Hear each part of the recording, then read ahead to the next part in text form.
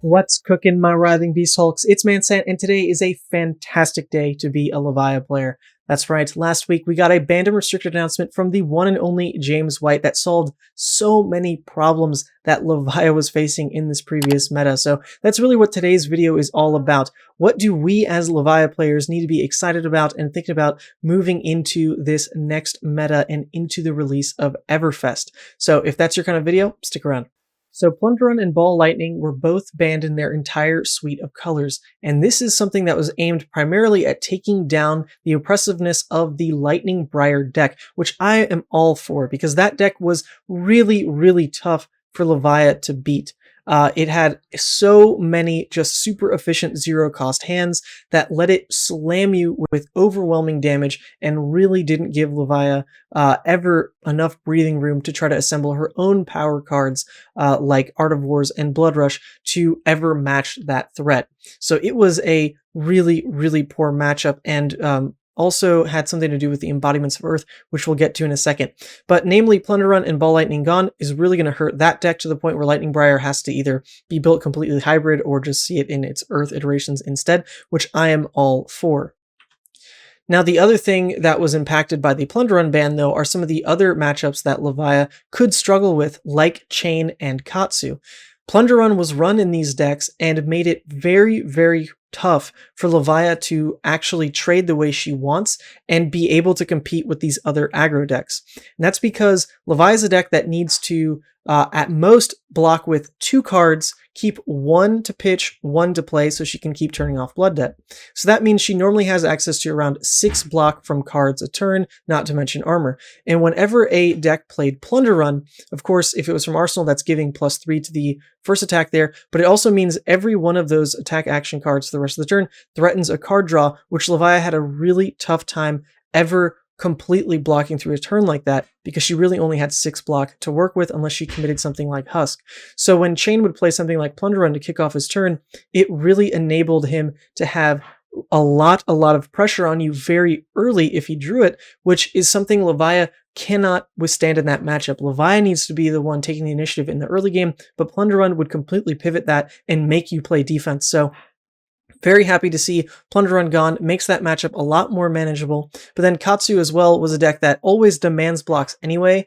Normally when he comes in, starts his turn with like a Surging Strike, you should probably block the Surging Strike, and it's already coming in for 5, so perhaps that's taking the 6 block from hand from you already. So whenever they add a Plunderun to it, you're really forced to block very heavily with cards from hand, with some equipment pieces as well. And if they lined up the Plunderun into one of your really strong crackback turns, like a Blood Rush or something, then you were just always really hard pressed to ever keep the hands you want to swing back into them, because a Katsu that you don't block is a Katsu that just explodes on your face and can like present lethal out of just that one hit going through, that one card being drawn. So you always had to interact and block Katsu. That doesn't change, but Plunderun is now a way where perhaps your Carrion Husk isn't forced so early on that first Plunderun. Now you can save it for covering up just a Surging Strike in its own right. So I think that opens up a lot more options now that you know that Katsu can't just out of nowhere pull a Plunderun turn and mess up your ability to have your own big threat hand. Now, the last thing that was changed here for the Classic Constructed was the embodiments of Earth were now limited to just once per turn for Briar here, and that's actually, for me, the biggest change, because the embodiments of Earth was something that when Briar stacked up multiple of them, like 2 or 3, which was pretty easy for them to do when they came in with a bunch of 4 attacks and then perhaps an Arcane Ping here and there, when they would pass turn into you with like 3 embodiments of Earth, that made it so hard for you to ever win that damage trade, because you're blocking with about 6, you're trying to swing back with like 7, 9, barring whatever else you set up with Arsenal or Blood Rush or like that.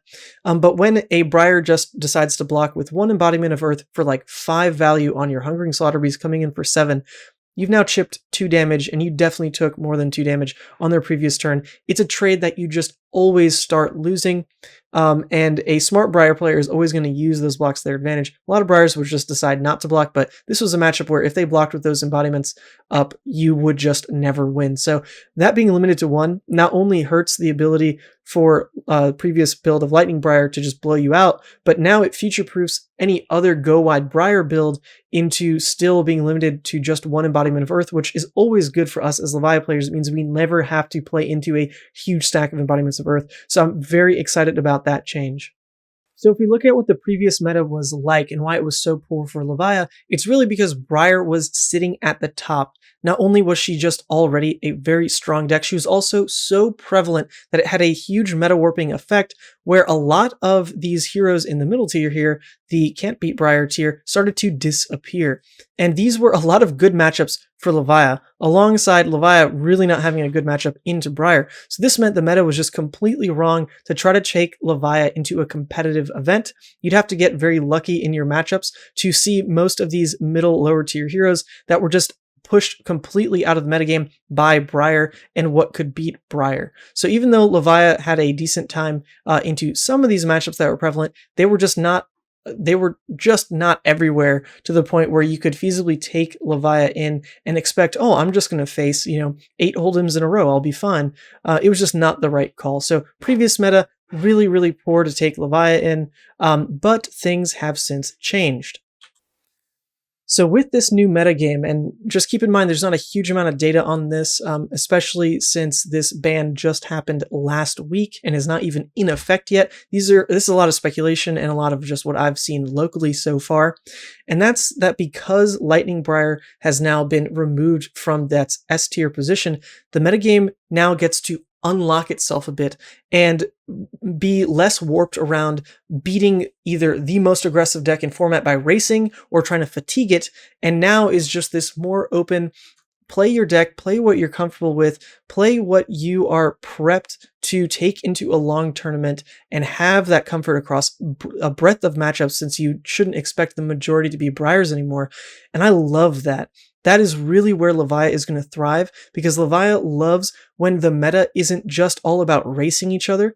Levia can race, but it's her least consistent game plan. She loves it instead when there's this mid-range control-ish meta where she can really focus her sideboard in on being that more aggressive mid-range deck, or that just absolute turtle cracker anti-control deck. She thrives in those spots, but is really under pressure when it's all about racing. So if that's what we see less of, and of course the Plunder Run ban also helped in this, taking away a lot of the potential for like Azalea, Bolton, Katsu, Chain, Briar to have that crazy threat, I'm very, very excited overall for Levia's prospects into this meta. She's very much like a take all comers type of deck, and that's really what we should see now. We should see everyone defaulting back to the decks they love, the decks that they want to just try to prove their skill on, win events on, and that is where I love the game. That is perfect for me. So let's take a look at where Levia is specifically.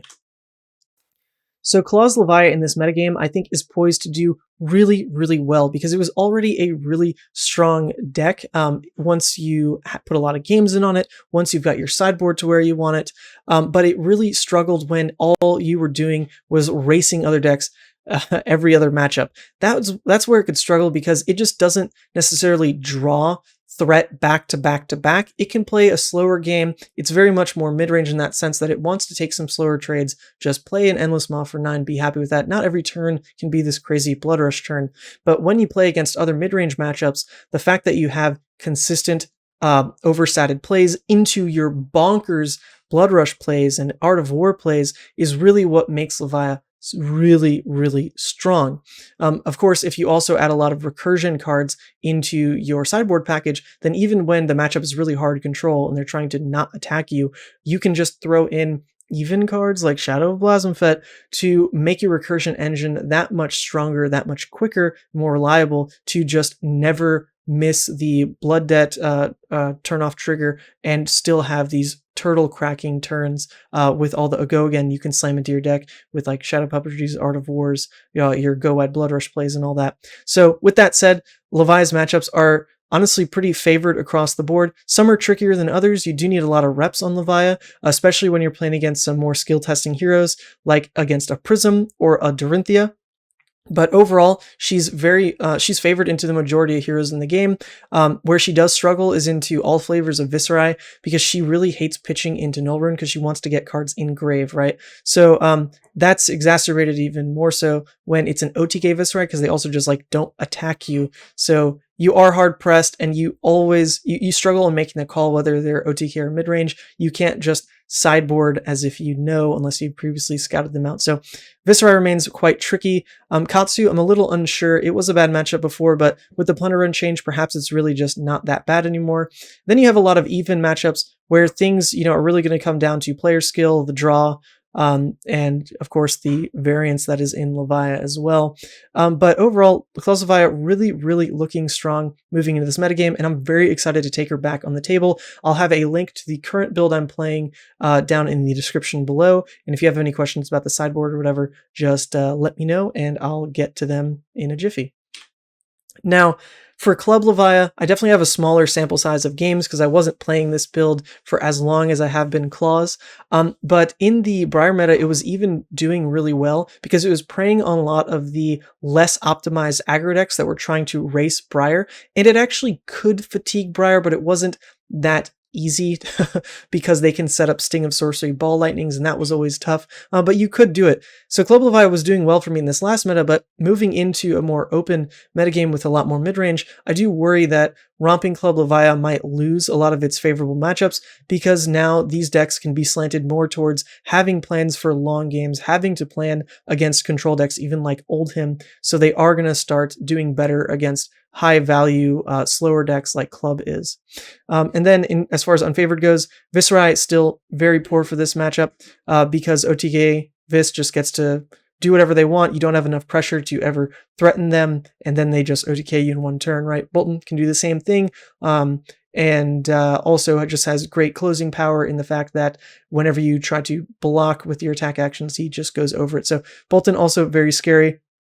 Reinar is always going to punish slower decks with setting up Intimidate plays. It's more even than it is unfavored, but definitely one of your tougher matchups. And then Oldhim, unfortunately, you do actually just beat Oldhim if you play it out every time, but because of the time constraint in a classic constructed format, you do end up losing, both of you, that is. So Romping Club Levia, I'm less certain about in the upcoming meta here, but once again, I will drop a description, a link in the description to the build that I'm trying so that you all can give me some feedback and just keep on partying because it is the Levia train and we love it. So as we get closer to Everfest, I am just so excited because Levia is a hero that is going to make use of 3 different card pools that are added by the supplemental set in Brute cards, Shadow cards, and Shadow Brute cards. So I'm hoping that there's enough tools added by this set to really elevate Levia's deck building to the next level rather than just really limiting the options that we have in Monarch, which for the most part actually aren't even that strong. She has quite a few lackluster Majestics to pull from, so I'm hoping that changes as we move forward. Of course, metagame wise, unless there's enough aggressive cards in Everfest to really push the meta to be so aggressively slated like it just previously was, I do think Levia is looking really well positioned. I really don't see another aggro deck challenging what Lightning Briar could do in this last format, and that bodes really well for our Shadow Queen.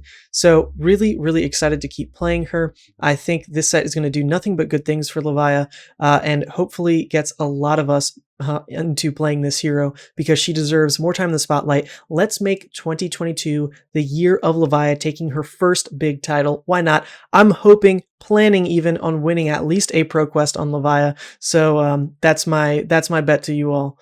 Also coming up is a card reveal right here on the YouTube on January 28th, and oh boy, is it a big one. So please stay tuned for that. Hopefully it satisfies all the brute cravings that we've had over this past set and gives us all new toys to play with. Now, last thing, shout out to the amazing Jabba Dawanga, whose information I'll link in the description below. If you've enjoyed the new intro I have, the transitions, the animations, that's all thanks to him. So if anyone is looking to upgrade their own YouTube channel, add some of that little flair, please get in touch. His contact information will be in the link below. With that, this has been Mansant. Have a good one.